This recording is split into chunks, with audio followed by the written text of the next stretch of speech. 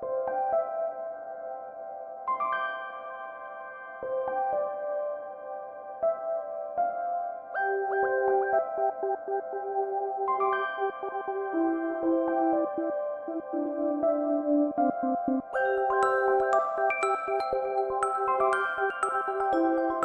දවසක් කියලා ප්‍රාර්ථනා කරනවා ඔයගොල්ලෝ හැම දෙනෙක්ටම. ඉතින් වෙනදා වගේම Positivemart YouTube channel එකට ඔයගොල්ලෝ හැමෝම ආදරයෙන් පිළිගන්නවා. ඉතින් වෙනදා වගේම අදත් මම ඔයගොල්ලන්ට අරගෙන ආවේ study tips video එකක්. ගොඩක් අය කියනවා පාඩම් කරන්න ආසාව තියෙනවා ඒ වුණාට පාඩම් කරන්න හිතෙන්නේ නැහැ කියලා. ඉතින් ඒකට උත්තර විදියට ඔයගොල්ලන්ට පාවිච්චි කරන්න පුළුවන් ටිප්ස් මොනවද කියලා තමයි අද මම කතා කරන්න හිතුවේ. අපි බලමු මොනවද අපිට ඒ වෙනුවෙන් පාවිච්චි කරන්න පුළුවන් ටිප්ස් කියලා. ඔයාට පුළුවන් මුලින්ම පාඩම් කරන තැනට මනස හදාගන්න. ඔයාට ගොඩක් වෙලාවට පාඩම් කරන එක බෝරින් වෙන්නේ ඔයාගේ මනස පාඩම් කරන්න සූදානම් නැති හින්දා. ඉතින් ඔයාට පුළුවන් ඔයාගේ මනස පාඩම් කරන ආසය හිතෙන විදිහට ඔයාගේ මනස ඒ සඳහා සූදානම් කරගන්න. ඉතින් ඒකට ඔයාට පාඩම් කරන තැන පාඩම් කරන වෙලාව ගොඩක් වැදගත් වෙනවා. ඔයා පාඩම් කරන්න ගොඩක් නිශ්ශබ්ද තැනක් තෝරගත්තොත් ඔයාට පුළුවන් එක දිගට ගොඩක් වෙලා පාඩම් කරන්න. ඒ වගේම ඔයාට සූටබල් වෙලාවක්, ඔයාට කම්ෆර්ටබල් වෙලාවක් ඔයා පාඩම් කරන්න යොදාගත්තොත් ඔයාට එක දිගට පාඩම් කරන්න පුළුවන්. සමහර අයට පාඩම් කරන්න ලේසි උදේ නැගිටලා පාන්දර. සමහර අයට පාඩම් කරන්න ලේසි රාත්‍රී කාලේ. ඉතින් ඔයාම තීරණය කරන්න ඕන ඔයාට පාඩම් කරන්න ලේසි මොන කාලෙද කියලා. ඊට පස්සේ ඔයාට පුළුවන් ඒ වෙලාවේ පාඩම් කරන්න යොදා ගන්න.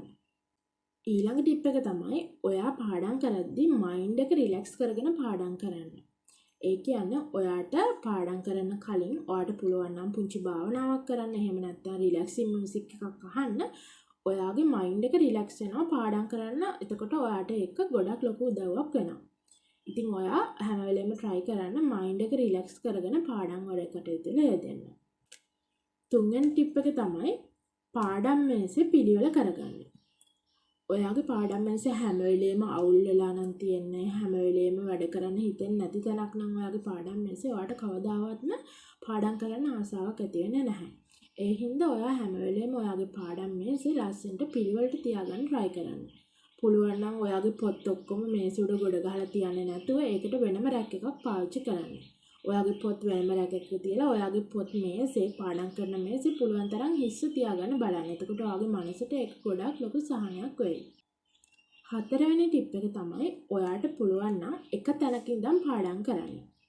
මොකද එක තැනක ඉඳන් පාඩම් කරාම ඔයාගේ මනස හුරු වෙනවා ඒ තැනටම පාඩම් කරන්න. එතකොට ඔයා එතෙන්ට ගියාම මනස දැනගන්නවා මෙයාවේ මේ පාඩම් කරන්න තමයි, එහෙනම් මම එයාට පාඩම් කරන්න උදව් කරන්න ඕනි කියලා. මොකද ඔයා එකම තැනක තමයි පාඩම් කරන්න හුරු වෙලා ඉන්නේ. එතකොට ඔයාට එතෙන්ට ගිය ගමන් වෙන කිසිම දෙයකට ඔලුව යන්නේ ඔයාට ඔලුව යන්නේ පාඩම් කරන දේවල් වලට විතරයි. පස්වෙනි ටිප් එක තමයි පාඩම් කරද්දී අනිවාර්යයෙන්ම ඩිස්ට්‍රැක්ෂන් වලින් මිදෙන්න.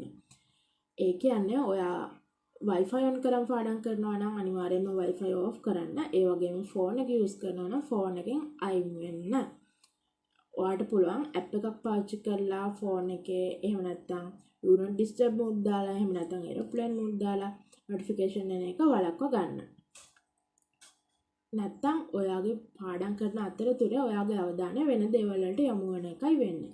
එතකොට ඔයාට එක දිගට පාඩම් කරගෙන යන්න ඒක බාධාවක් වෙනවා. ඒ හින්දා ඔයා පුළුවන් තරම් ඒ වගේ ඩිස්ට්‍රැක්ෂන් වලින් මිදලා පාඩම් කරන්න try කරන්න. තවත් ටිප් එකක් තමයි ඔයා පාඩම් කරන්න ටිකක් කම්මැලි කෙනෙක් නම් ඔයාට පුළුවන් colourful study materials පාවිච්චි කරන්න. ඒ කියන්නේ ඔයාට පුළුවන් ලස්සන පාට sticky notes පාවිච්චි කරන්න. පාට පෑන් පාවිච්චි කරන්න, පාට half sheet පාවිච්චි කරලා short notes ගහන්න. මෙන්න මේ වගේ දේවල් වලින් ඔයාට අර තියෙන boring ගතිය, පාඩම් කරද්දී තියෙන boring ගතිය නැති කරගෙන පාඩම් වැඩ ටික කරගන්න ඒක පහසුවක් වෙනවා. පුළුවන් තරම් try කරන්න ඔයා හදන note එක පවා ගොඩක් ලස්සනට හදන්න. mind maps හදන්න, short notes ලස්සනට colourful විදියට හදන්න. එතකොට ඔයාට පුළුවන් තරම් පාඩම් කරන්න ආසාව ඇති වෙනවා. මම කලින් වීඩියෝස් කරලා තියෙනවා short notes හදන්නේ කොහොමද colourful විදිහට කියලා. ඒ වීඩියෝස් උත් ගිහිල්ලා බලන්න. එතකොට ඔයාට අයිඩියා එකක් ගන්න පුළුවන් කොහොමද ෂෝට් නෝට්ස් හදාගන්නේ කියලා. අන්තිම ටිප් එක තමයි පුළුවන් තරම් ඔයා try කරන්න යාළුවොත් එක්ක පාඩම් කරන්න. යාළුවොත් එක්ක පාඩම් කරනවා කියන්නේ ගොඩාක් වැදගත් ටිප් එකක්. මොකද යාළුවෝ එක්ක පාඩම් කරද්දී අපිට හොඳට මතක ඉන්නවා. මොකද අපි කතා කර කර තමයි පාඩම් කරන්නේ. ඒ වගේම ඔයා නොදන්න කරුණු යාළුවන්ගෙන් අහගන්න පුළුවන්. යාළුවෝ නොදන්න කරුණු ඔයාට යාළුවන්ට කියලා දෙන්න පුළුවන්. එතකොට ඔයාට ඒක ගොඩක් හොඳට මතක හිටිනවා. ඉතින් එතකොට ඔයගොල්ලන්ගේ ideas ඔයගොල්ලන්ගේ knowledge එක share වෙන හින්දා ඔයගොල්ලන්ට හොඳට පාඩම් කරන්න පුළුවන් යාළුවොත් එක්ක එකතු වෙලා පාඩම් කරද්දී. ඔයාට නොතේරෙන තැනක් වුණත් තව හොඳින් අවබෝධ කරගන්න පුළුවන් යාළුවොත් එක්ක කතා කර කර ඒගොල්ලන්ගේ අදහසුත් අරගෙන පාඩම් කරද්දී. මොකද ඔයාට තේරුණු පාඩම වෙනත් විදිහකින් ඔයාගේ යාළුවට තේරලා තියෙන්න පුළුවන්. එතකොට එයාගේ අදහසුත් අරගෙන ඔයාට තවත් හොඳට පාඩම තේරුම් ගන්න ඒක උදව්වක් වෙනවා. ඉතින් ඔයා ඒ ටෙක්නික් එකත් යූස් කරලා බලන්න. ඉතින් මම මේ ටෙක්නික් ටික තමයි අද ඕගොල්ලොත් එක්ක ස්ටඩි ටිප්ස් විදිහට ෂෙයා කරගන්න හිතුවේ. ඉතින් ඊළඟ දවසේ මම ආයෙත් වීඩියෝ එකක් අරන් එන්නම් මොනවද අපිට ස්ටඩි ටිප්ස් විදිහට යූස් කරන්න පුළුවන් තව හොඳ ටෙක්නික්ස් කියලා. ඒ වගේම මම ඉස්සරහට වීඩියෝ එකක් කරන්න බලාපොරොත්තු වෙමින් ඉන්නවා මයින්ඩ් මැප් එකක් කොහොමද අපි හදාගන්නේ කියලා ලස්සනට කලර්ෆුල් විදිහට.